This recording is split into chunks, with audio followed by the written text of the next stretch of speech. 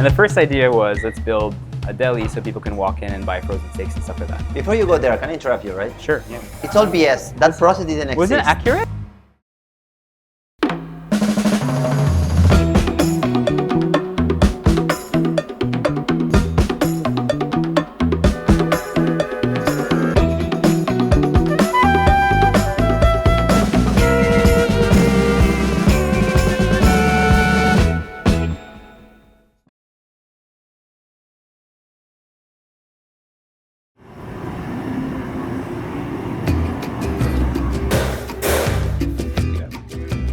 You want this to be like a really nice, formal place. You want people to come here and drink. He's going around with the shorts in his tropical boardies and his chinelas. No, yeah, but because we also want people to come like it's a steakhouse. But if you want to dress with the board shorts, they can feel free to dress as they want. But look, they're special because you don't need boxers. Ew. Anong background nito? Black or white? Pure black. Pure black. I think it looks good naman. Lahat yan black all the way through. I just had a meeting with mechanical and Mundo Construction. So far, we're at 37.9% na raw running. So, ang expected turnover is June 15. Hopefully, it will happen. Yeah, it's tight. So we only have a month and a half to go. Pero looking at it, and based on Molito's admin comments then, we're quite fast in building. So hopeful that will open by June 15.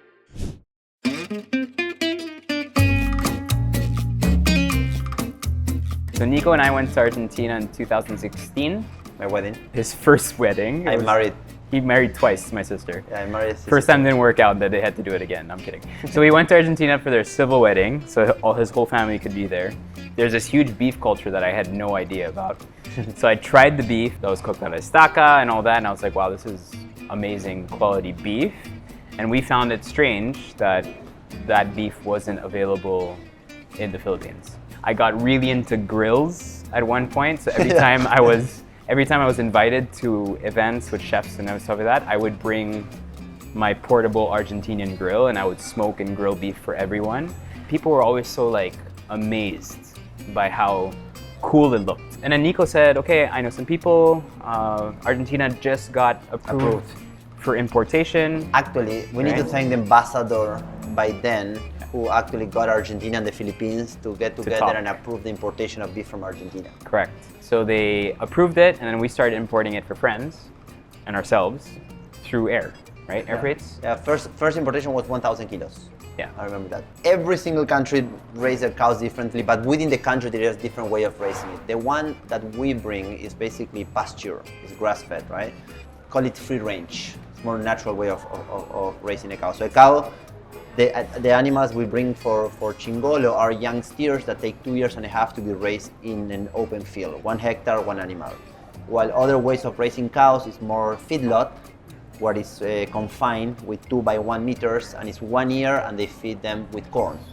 That makes 2 different animals, 2 different quality of beef, and what we focus mostly also is in the genetics. We make sure that we bring pure Angus beef. The Argentinian pure Angus has a very beefy flavor that's very pleasant. That's, yes, leaner, meaning slightly less fat, but has all that flavor that usually your fat would bring to the steak.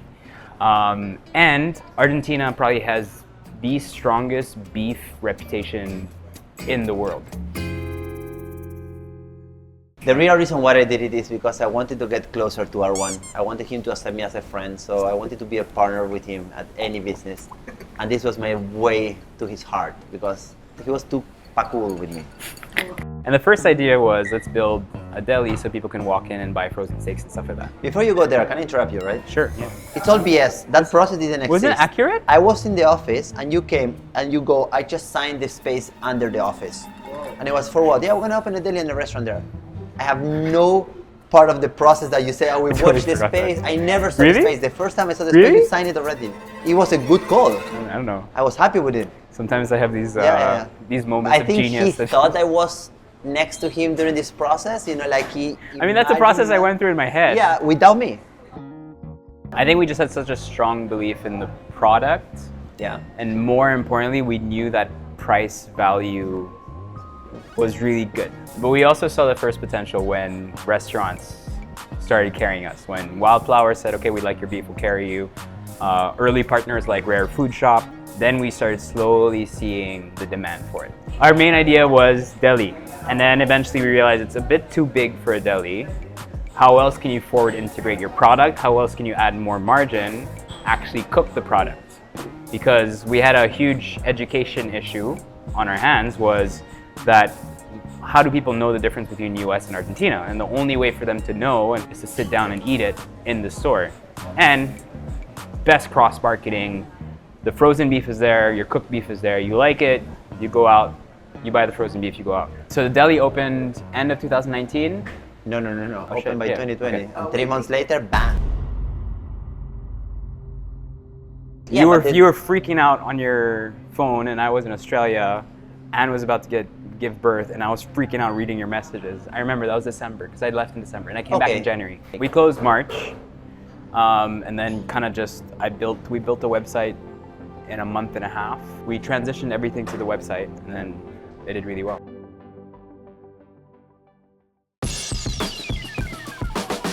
So the Bolzico name came by an accident by one of our clients. They wanted, how do you call your beef? I need to put in the menu, and we didn't answer, and he put Bolzico Beef.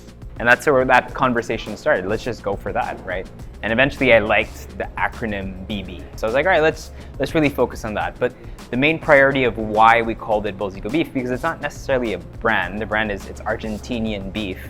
But you come into the Philippines, you look at a menu, you have US Angus, Japanese Wagyu, and everything like that. And so Argentinian Angus just felt like a cop-out. And so I was like, how do I make people understand that this is a different type of beef? So that's why we called it Bolzico Beef.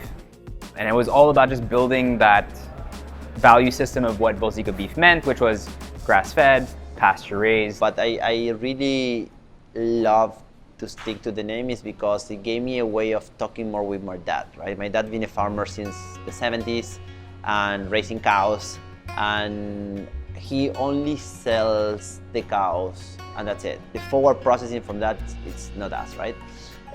So what we're doing here is we're putting his name in the end of the process of a cow, right? And he's very proud, like he's so happy, and he gave us so many reasons to keep calling him and talking and have different way of discussing and sending him videos, and it kind of like reinforced that relationship with my dad that I always had, but of course distance, he's 17,000 kilometers away, made it a bit more difficult to keep the flow. I don't like to put my name in things too much, but this one, when I saw the impact it had in the relationship with my dad, I'm happy with it. Me personally, I wanted to call the restaurant Bolzico Beef.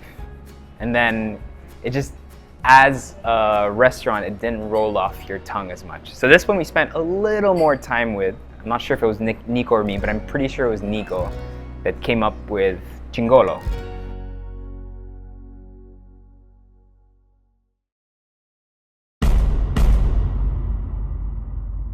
Your Honor, hindi ko na po matandaan.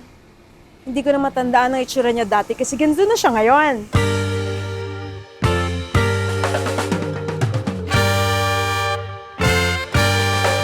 It's slowly getting to its final look.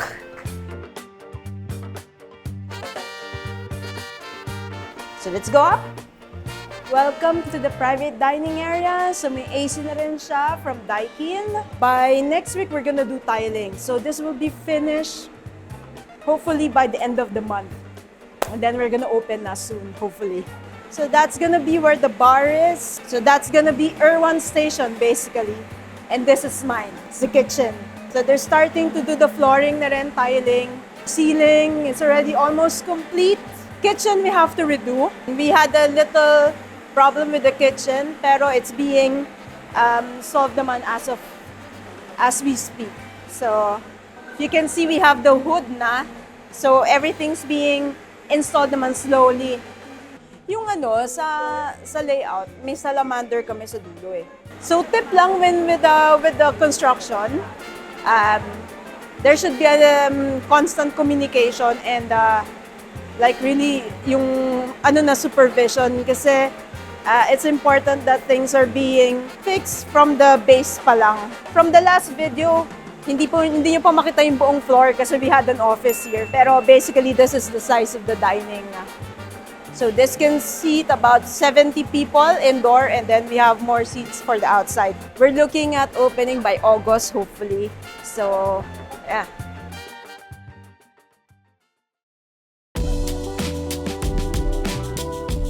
Nico and I are very different in the sense that we approach problems very differently. Nico is reaction. No, I'm a stoic. He thinks he's a stoic. He became a stoic in the pandemic now. Nico's all about reaction. I'm all about let's make the mistakes, let's wait, let's see it happen, then let's try to do something. Nico's, you can tell it when we're here in the restaurant, Nico's talking to every table. I'm just watching, observing, which are two very complementary styles.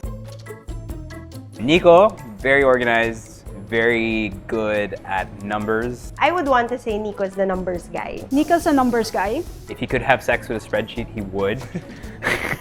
Okay, we need to check the electrical today. Talk to me. And the fact that we have 3-phase here doesn't change anything? My brother, you're stressing me out because I don't know if we have the capacity to use all your equipment or not.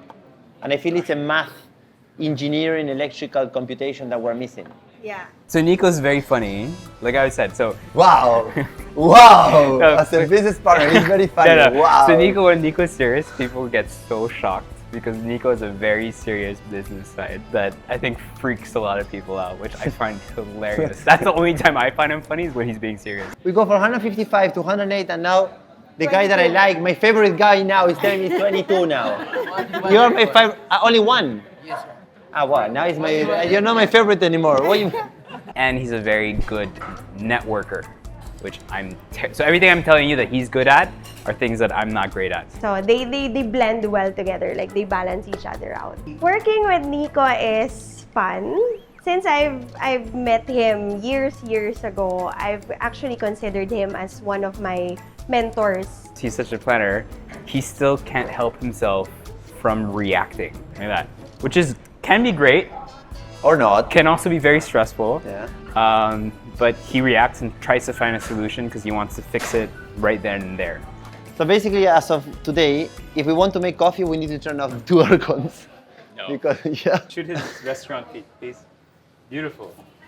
This is how you go to work. Look at me, I'm Japanese and he's all about aesthetics, I'm all about efficiency today. And trust me, I'm stressing out about the electricals. So we have a certain electrical capability and we need to add 2 air cons, and we still don't know if we can run all the equipment with the electrical capability we have as of today. at the same time. We need to bring everyone on the same table, our electrical engineer, the landlord electrical people, and Daikin's and the rest of the equipment. Are we all agreeable that 111 is correct? Yeah, he knows what he wants, and when he thinks of it, parang he wants it done, he will get it done. So that's very anti-stoic of him. But I think that is the counterbalance between me and him, I guess, depending on what you're gonna ask him. Are you gonna ask him to do me now? Yes. Okay. Last question, what do you love most about Nico? I Brother-in-law. I don't do well with public displays of emotion. Go, Harold. let it go, everyone. Let it go. Talk, like let it go all out. All, I think don't probably keep anything. Nico's his most redeeming quality, I think, is don't look at me. It's loyalty. He's a very loyal person, and I think Nico's someone you can ask not just me, but all the partners that he's worked with. So if he's doing well in something, and if he sees an opportunity for someone to do well with him, he makes sure he ropes them in. So he's very good at that. He's very loyal, and it's not just me. So you can see it through all his other businesses. There is no way I answered that question better than that. We are dead. We are dead. So I believe every business starts with trust, right? And I think that's something that Erwan and I have. At least I trust him. He's probably the person I trust the most after my wife, I guess. If I have to give my daughter to someone because I cannot take care of her, it will be Erwan, the person I will give it to. So I think it's that trust makes everything easier. It starts with that. Doucement. Merci. Tiens. na Bolzico, no?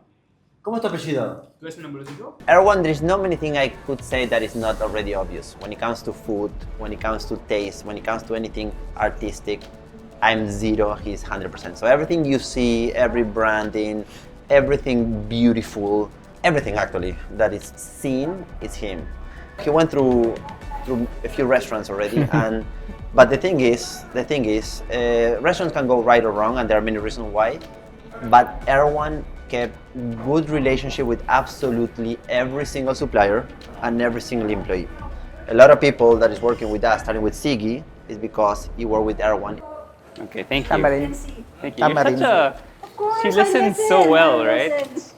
I always listen to you. It's to have it tilted so that you can see... I've You've seen... Okay. Okay, good. Okay, so we're on the same page. Great. Good to know. I think I remember he was just 26 or 27 that time. Yeah, he was really young. Totoy talaga, as in, I like working with him. He's a nice guy, very nice guy. You can trust this person, you can rely on this person. I feel like I can tell anything to him actually. He's not gonna judge you. He will not tell you I love you. He will not hug you. He will do everything for you, and he will help you so much, but he will do it with a blank face.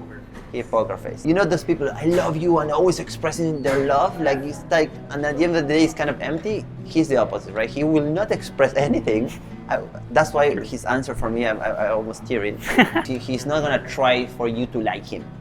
He will do his thing, and he has very, very strong principles. It's like he has this belief, moral, very, very ethical and morally grounded, and he doesn't compromise. He applies it in work, in family, and it's like in friendship, all around. So I think that's something that I really admire from him, that I try to also apply in my life. I'm reading a book about Stoics, and that makes this project enjoyable. I'm so awkward right now. Yeah. You can hug me or like do something. I don't know what to But do you with my see, hands. that's I why if he's keep awkward, it's what scratching I'm saying. myself. And okay, thank you. Appreciate that. Katrina was my banker first, and then she becomes That's part right. of a Remax to sell in real estate, and then we started Chingolo. Yeah. And he asked me who can sell beef, who can manage the whole thing. I called Katrina. And he's like, oh, can I just take you out for lunch, blah, blah, blah. And then he talked to me about this business that he plans to start with Erwan. It's like, You're like, you sell apartments, you can definitely sell steak. Katrina, you want to sell beef now? and I'm like, okay. I'm a yes person. So I said yes. This is gonna be 1, 2, 3, all throughout. Yes. So 1, 2, 3, 4, 1 at the back. Okay. Yes. Just the framing is their account. We were a 3-man team. So basically, I was given that designation to kind of like run the whole thing. And under my role, so I also do the importation and also the storage management. So basically, I talk to all the suppliers, meaning from the broker and to the tracker and also to our cold storage until B2B. So I also handle business to business, basically the wholesale distribution of Bolzico Beef.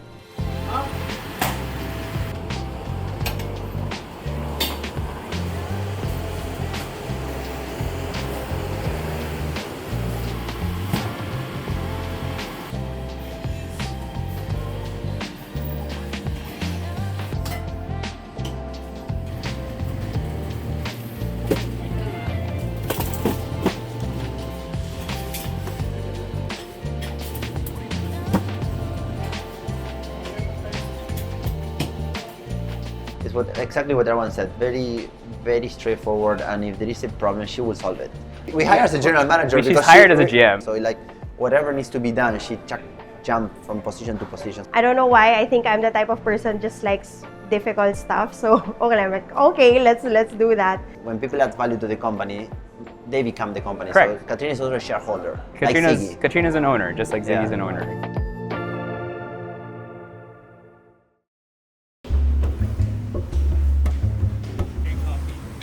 So one of the things I've always loved about building restaurants is building the menu, and coffee was really important for us. We heard of Equilibrium, a company who has an amazing story that all started with the importation of coffee machines, and we decided to buy this beautiful Rancilio.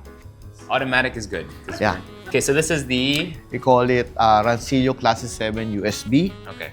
The USB means it has a USB port which you can download the program, and you can also read how many cups that the machine had served. Okay. But if you put it to the computer, it will be shown like a text message. Okay? So it tells you how many you produced, Yes, how many yes. shots you pulled for the whole day. Yes, for the whole day. Or you can display it, you can see on the display monitor. Should do How that for much, alcohol. counter. Yeah. And in here, in terms of extraction, you can program it based on your basket. Yes, on the base of basket. Yeah. So you need this machine. Yeah. Yes.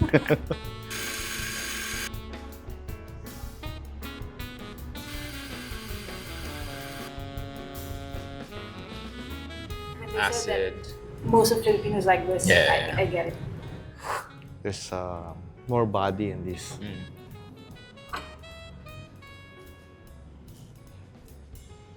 I'm gonna base my decision purely on my personal preference. So we're gonna go with this. If the customer's like it or not.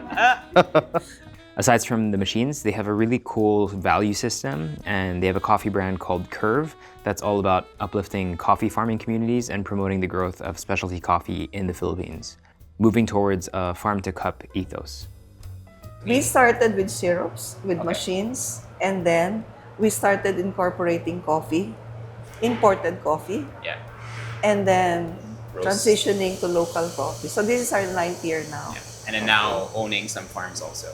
Yes, owning some farms Amazing. also. That's a cool story. I mean, that's the best way of doing things. The farmers on the upper side are all Robusta farmers. These are all Arabica farmers. So these are the lots that we got last year, so the 2023 coffee competition. The Philippine Coffee Competition is held every year, and then they choose the top 12, Robusta and Arabica. And all those 12 go into auction. These are micro lots, so the entries are just about 120, 160 kilos. Okay. But really, really good coffees. Nice. So, for example, last year, this lady was the first placer for Robusta. And this guy is the third placer, but his coffee got higher prices than her. Okay. If I'm not mistaken, his coffee was around $54 and she's about 32 something $54 per... kilo. Whoa. Yes, Oh, that's how it amazing. is. And that's That's- straight to him. Yes, Or- wow. yes. Incredible. So that's why when we got her coffee, after we won, I went to their place and I got her coffee. She was saying, oh, now finally I can fix my roof. Yeah, of course, yeah. So this is our guest room. And It's a from big here, operation. you can see the roastery from here. Oh, wow. So cool. Love the smell.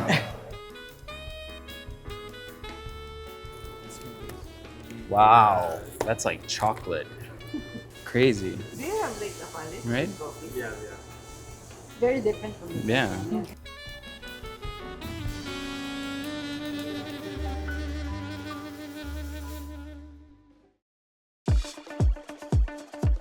I'm a mom. And dito sa work, parang nanay na nga rin talaga. As in, yun nga, it's funny kasi after college, I knew kaagad na I wanted to be in the hospitality business. And I wanted to be in the kitchen. So Ziggy, very first food restaurant. Ziggy was fresh off the boat from the UK. I mean Filipina, but she worked in the UK and then she came back. And then she worked on this project with us called Hatch. And then I just like kind of her no bullshit attitude. Very kind of European in that respect. I think both Katrina and Ziggy have that skill set in the same where you can be like how we talk to each other when something's wrong. So that's kind of like what I saw in her, you know, aside from being very good in the kitchen. And she also kind of was able, she's there dancing by the way. Sanay dito yung asaran talaga eh. And she was very, very, you know, very capable of just kind of running with ideas and making them happen in the kitchen. Siggy came in, and then we divided na the operation side and the distribution side. So I don't give limitations to what I can share with them. So ito yung natutunan ko from before, ito yung tinuturo ko rin sa kanila. We had a discussion. It was where the old Save a Lot used to be next to Chingolo. I showed her the space. I said, I know it's tiny, but what do you think? Do you want to join the business? Do you want to make this work? Of course, I said yes. I mean, I really like the guy. Alam mo yung pag magaan ang loob mo sa isang tao, whether mababa o mataas ang sweldo mo parang mas importante pa rin yun instead of the money that you will get. Yung happiness mo, yung contentment mo, yung mo dun sa isang place na na alam mo you'll be heard, that you'll be listened to, diba? That they will consider your ideas and they'll be open to anything. Kaibigan ko na si Erwan. So, na ako, comfortable na ako sa kanya. I mean, I know I can be myself with him. So, okay na sa akin yun. That's more than enough. By the way, Sig is also a partner of the business. And she's a partner in the business. We need to keep reminding her that she's a shareholder because she forgets. As long as I can still do the job and they want me to do that job, I'll be here.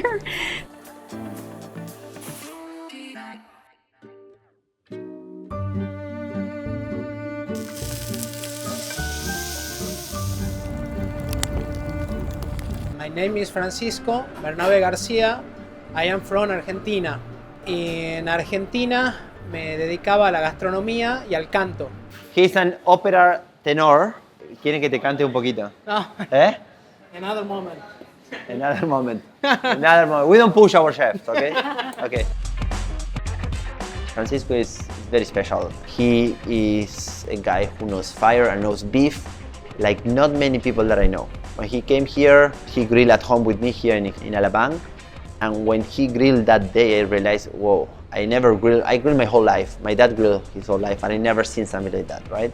Somos unos apasionados en lo que es la carne a la parrilla y en los distintos departamentos de Argentina podemos encontrar diferentes tipos de asado, pero todo es lo mismo y es un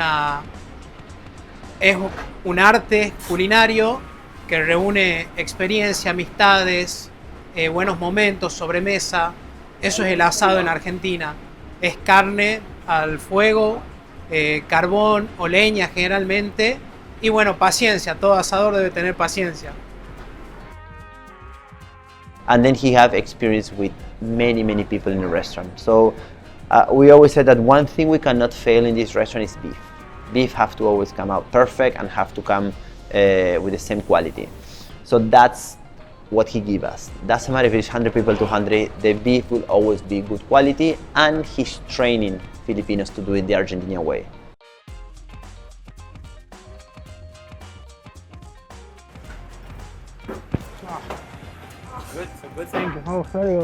La verdad que es muy bueno porque es gente muy servicial y hay una conexión desde un lenguaje de cocina, de algo culinario, que sin entendernos mucho hoy por hoy podemos conectarnos. Es como te vuelvo a decir, la cocina en sí es un lenguaje que manejan todos los chefs. Un chef va a la cocina aunque no hable el idioma, sabe y se hace entender por cuestiones de receta, de miradas, de gesto, cosas de cocina.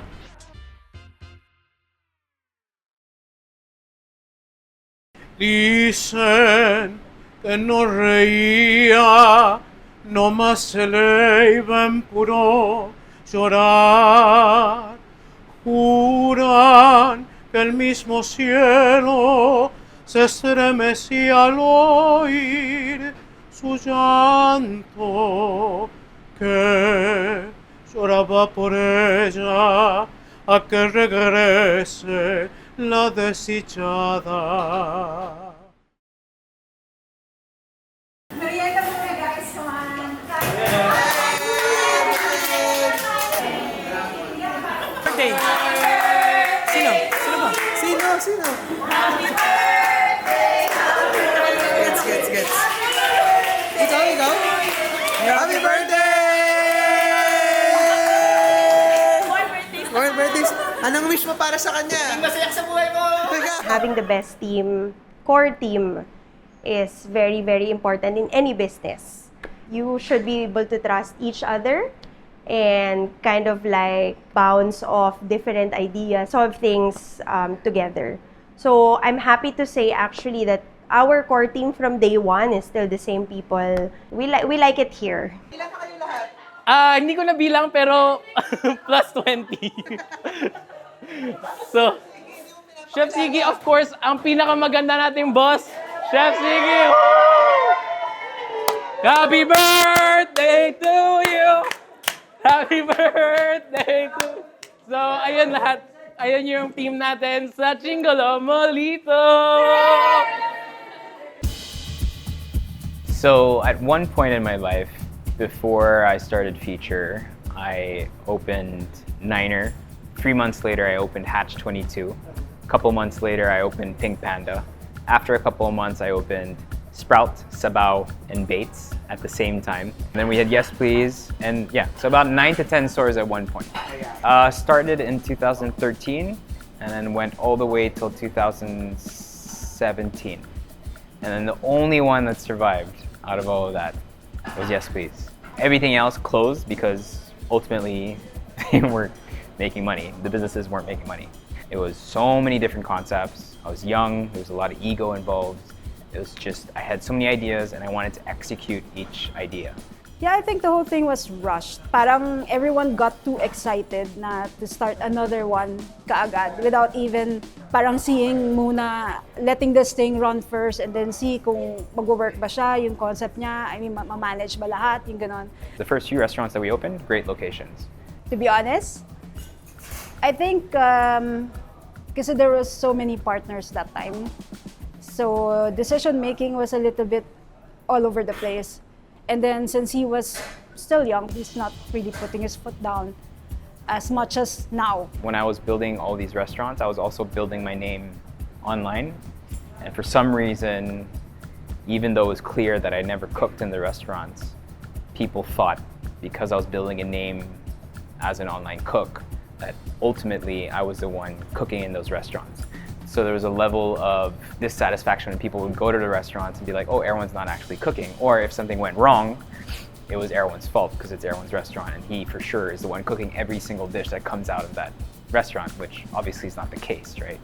In those restaurants, since there were different concepts, can't necessarily share the same resources, right? And the problem is, so each restaurant became a huge cost center. The inventory was all over the place. Ultimately, the locations were terrible, except for the first few ones. And ultimately, all of them had to, one by one, slowly close down. And it was a slow death by just bleeding money. And so a lot of them, I actually had to come in with my own personal money. Thank God I was building the Fat Kid inside, and I was making money as an endorser and everything. And out of my own pocket, I would make sure that payrolls would still go through. I would make sure that rent was always paid because I didn't want real estate people to get pissed at us. And so those things stuck with me now, and those were kind of really great building blocks and experiences that I made sure to fully come to terms with and to fully understand before doing another restaurant project. But it took a while for me to rebuild that confidence in myself in terms of thinking, okay, I think I have good taste when it comes to food and spaces and stuff like that. I'm just gonna do media. I don't wanna be known as a restaurateur anymore. But when that space came up and when I saw that Bolzico Beef as a brand was doing so well, I was like, this is really a massive missed opportunity if you don't do something here. I did start it a little bit with something to prove, thinking, okay, we can do this right and I can do this right. And people saying, you know, on Reddit, someone said, whatever I touch goes to shit. When it comes to food, someone said I'm really bad at finances, which I'm not. And someone was saying my food and my taste in food is actually really bad. And so I did start it off with a little bit of that, like, oh, I have something to prove in terms I can build something without my name on it, and it can do really well with the right partners and the right team, which is really important. But more importantly, I saw that there's a massive opportunity to create something special. I don't think we would be here today if we didn't have the right people in place. So Nico, Katrina, Ziggy, now Francisco coming in, Ralph, and all the other teams that have been with us for a long, long time. Some of these people have been with us since the first restaurant that I put up. And they're all coming back together now. If those people weren't there, then I wouldn't be as confident in the space as I can be now.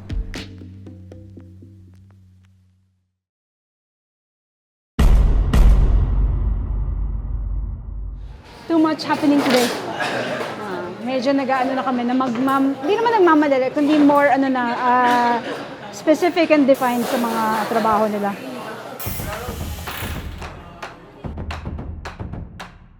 Naka-plan today is finishing ng install ng kitchen fab. And then yung coffee installation is today rin, basic training din. Spare mo siya pag nasira tong switch na to. Pwede natin siyang pagpalitin.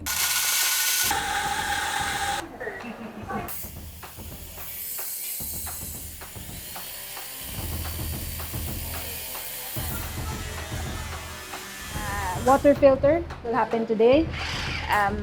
At saka yung mga stickers, yung sa baba sa deli, may mga nakadikit ng stickers yun. So ngayon yung gagawin yun. When it comes to a space like this, what's kind of like the first thing you guys look at when selecting and choosing the right type of AC units to put in? Okay, when it comes to choosing air conditioning, let me try to simplify this as much as possible. Just imagine that there's this box. So to decide on what equipment that goes into this box, you first need to understand what's the size of the box, what is the contents of the box. Yeah. So when I say content, I mean number of occupancy and the equipment that goes in. Then finally, of course, what is the make of the box. So these are very important factors, right? And what's the biggest mistake that people usually do?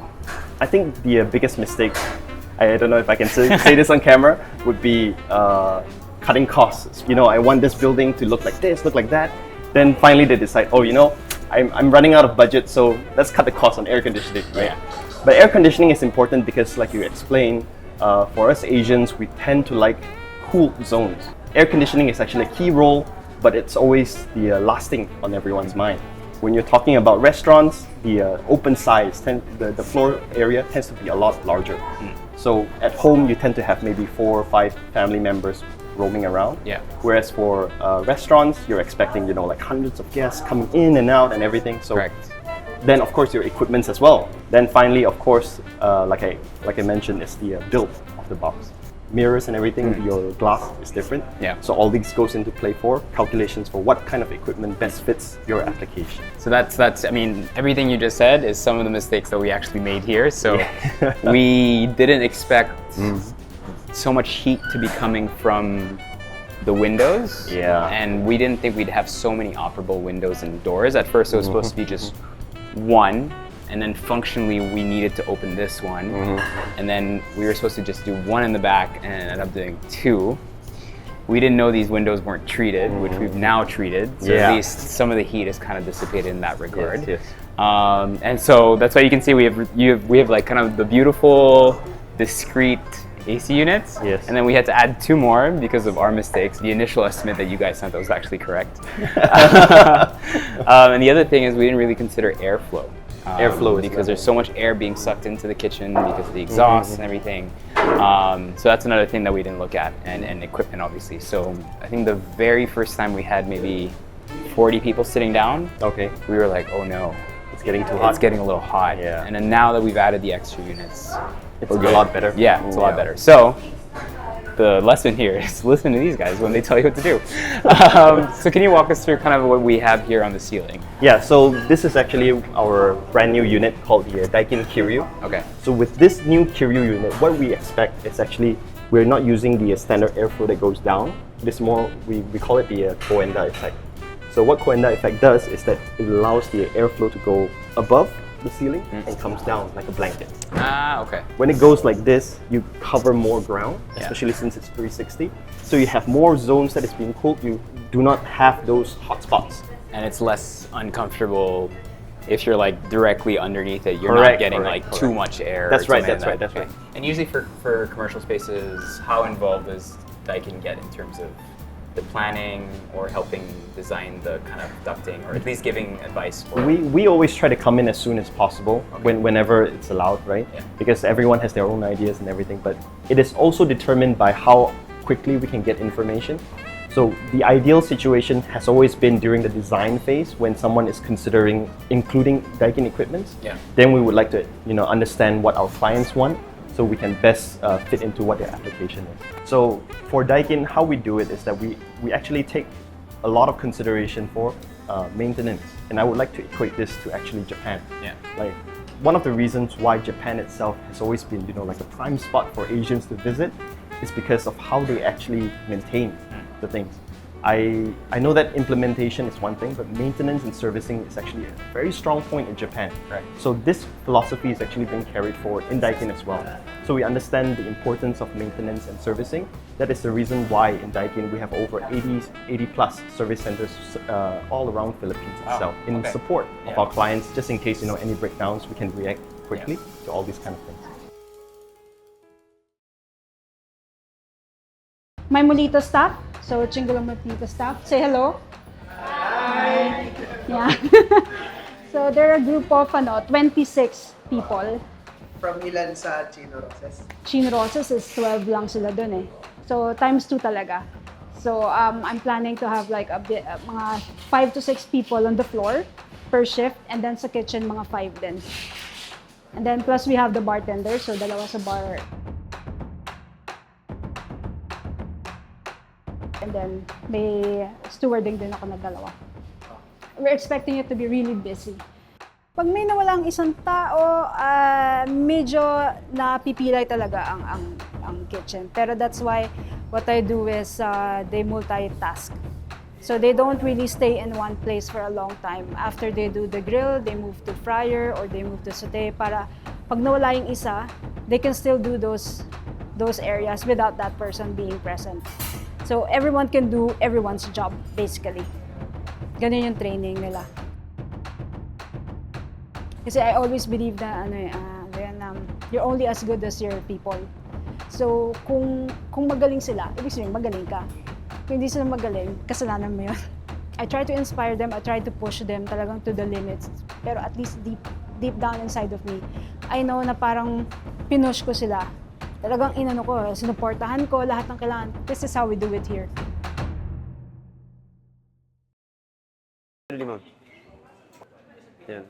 Eat. Eso es lo que comen las vacas. Tomato onion salad. Wow. The tomato. I like this. One critique. She will always have something to say. No. The bread has to be crunchy. Yeah. You have to put right before serving. Yeah, I agree. This is so refreshing. I wanna try. Talaga? You try salad? Here. Go. Big bite. Big bite. Masarap. It's just ayaw niya ng salad. It's the real boss. We Yeah, only develop things that Nico approves. All around my taste. You guys heard that, right? The real boss is Nico. So just for reference, right now we're doing a budget meeting. We are currently 6 million pesos over budget, so that's what we're figuring out. It's super important for restaurants to not start really deep in the red. So it's a really annoying but key part of the whole process. The exhaust design and build, Aircon X is considering, they're reviewing so I'm working on the reduction of that 900,000. Okay, so no commitments yet, just like some early interests of what would the amounts be. Correct. Any restaurant build will have problems, right? You, as much as possible, try to stay within budget, which you're always going to go slightly over. Most real estate companies will give you 3 months to build, 3 months of free rent to build. So within those 3 months, you need to build the restaurant and then hit a certain budget. And then at one point, you need to bring in the team and train the teams. The things that went wrong are, the unexpected things. We always expect contractor delays. It happens. It's not because of the contractor. It's because you're always working with so many subcontractors. I didn't want to accept that. Why is it like just an accepted fact that everybody thinks na okay lang na mag-delay tayo for construction? But no, we should be able to mitigate that, right? And it's just kind of getting everyone to agree, everyone to work on these things. With builds in general, you're like, okay, the mechanical guy will be like, I can't install this until this guy does this wall. And the guy doing the wall is like, I can't do that until the plumbing's finished. The plumber is saying, I can't do that until the gas lines are put in.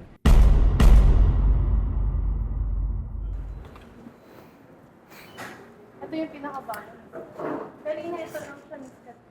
Wala na kasi gumapang na yung tubig niyan eh.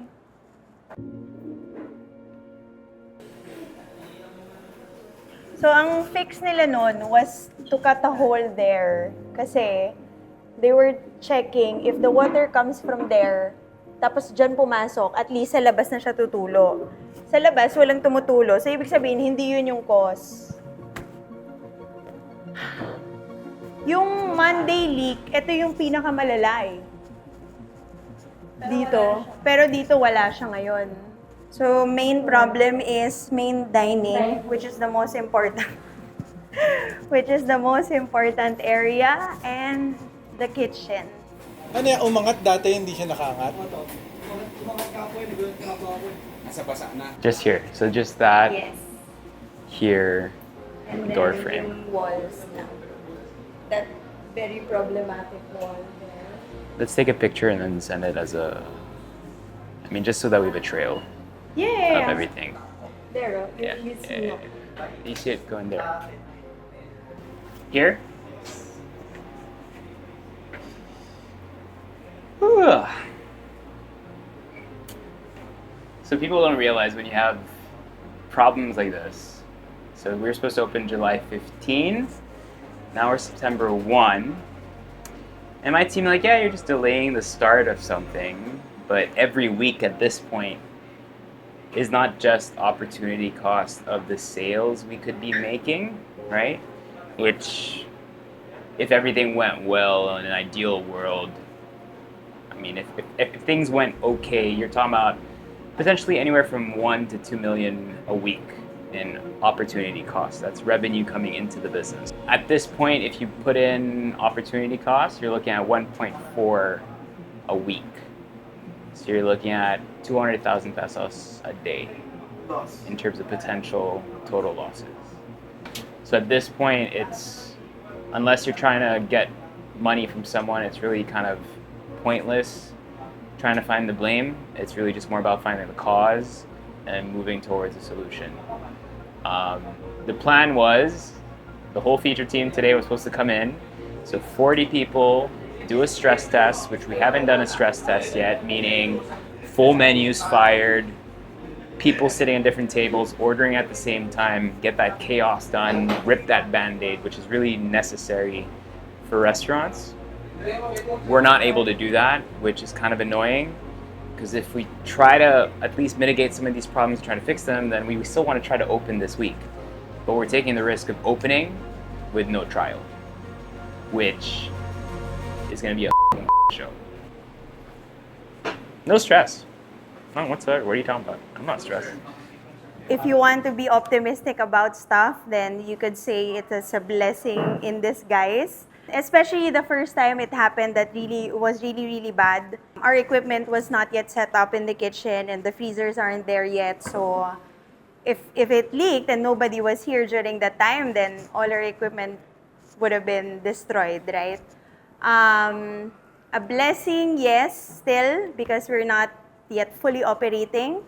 So we also cannot afford like guests eating and then it just starts leaking on their table, right? So it's just unfortunate because we've been pushed back so many times and we've been delaying the openings so many times already, and now it's costing us a lot of money. So that's the main issue right now.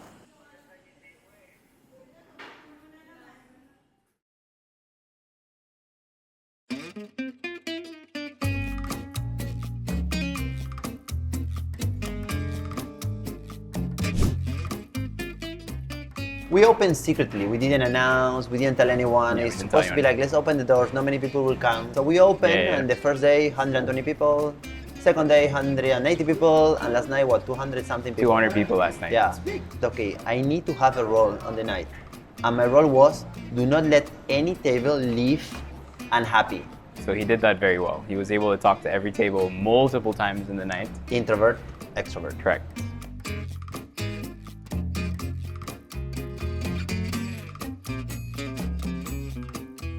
Like in my head, I'm like, you turned out pretty beautiful actually, and it's a proud feeling.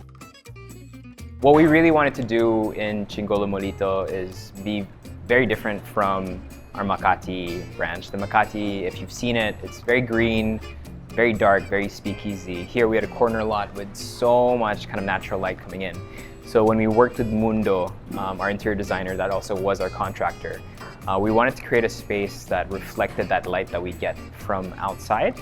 So that's why the palette that we chose are very much in line with the palette that we have in our logo, which are kind of like the reds, the pinks, and the whites, and the beiges. And we didn't do much to the space. We really wanted to keep it as open as possible. The wood statues that you see in the entrance, my mom is from Paete, so we contacted a local woodworker in Paete, and then we figured out what were the symbols that represented the business. So horses, boots, lassos, birds, and we put that all into the wall. And then the other special place was the private dining room. And I really wanted to build a room made out of cork. So 2 walls are made out of cork, 2 are made out of wood. So a lot of the furniture that you see there is from our first apartment with them.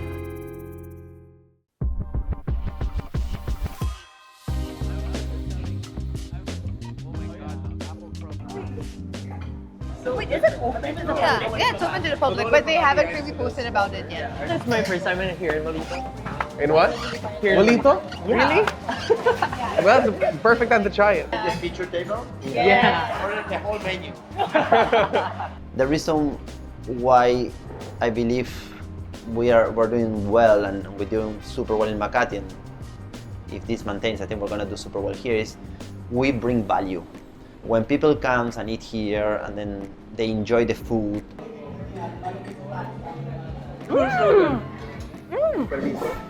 That's good. It's so simple, but it's like really good. Parang bitin yung one order. Yeah. I can eat it with that. Holy shit. That's humongous. I think the order is almost complete. And wow, that was so quick.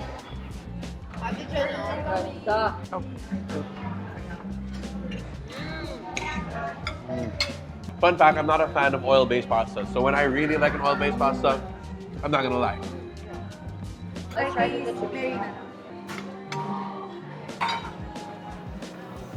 Sumada? Yeah. And they have a good experience, and then when they see the bill, they are surprised, like, because we don't really mark up our beef like crazy, and we import it ourselves. Not many restaurants import their own container of beef, because every container is 10 to 15,000 kilos, right? So I think that aspect is what, when everyone mentioned the regulars, that's one of the things that makes regulars. It's, you have good value. You come here, you eat good beef, and because you can eat great beef, but if you're gonna pay a lot of money after, the taste is like, okay, great beef, Was it very worth it? expensive. Yeah. I'll be back in a year. Yeah. Right? Sobrang sarap. Yeah. It's really good. Like, I understand why it's very much hyped by everybody. The Bolzico Beef is really tender. Surprisingly, I enjoyed the medium rare steak that they ordered. I got the Ching burger. It was so good. 200 grams. You really felt it. So meaty, so full. And the crudo. The crudo was, yeah. I've been to the other one in Makati, the one in Chingolo there. It's so intimate, it's so cozy. But this one's so surprising. Like, I think there's some sense of like intimacy here. At the same time, it's like very open to everyone. Because if you see this space, like it's so big, it's so huge. The lighting is so warm. It feels like it's really perfect for families. You know, when you're starting something and you're building something, you're like so consumed with like the challenges, like the stress, and you're like, and then when you're already in a point where you can step back and you actually look at the bigger picture, you're like, wow, that's my baby. But at the end of the day, knowing Erwan and knowing myself, we will never get much money. We're gonna keep growing. Importante din sa akin to eh. So, inaalagaan ko siya. And I want to be a part of it from start hanggang sa pag-flourish niya. I will retire with Bolzico Beef. That's for sure. I mean, I love what we're doing. I love what I'm doing. And then so it kind of happened the way it did, I think, just because of how we set it up. So I definitely wouldn't change anything.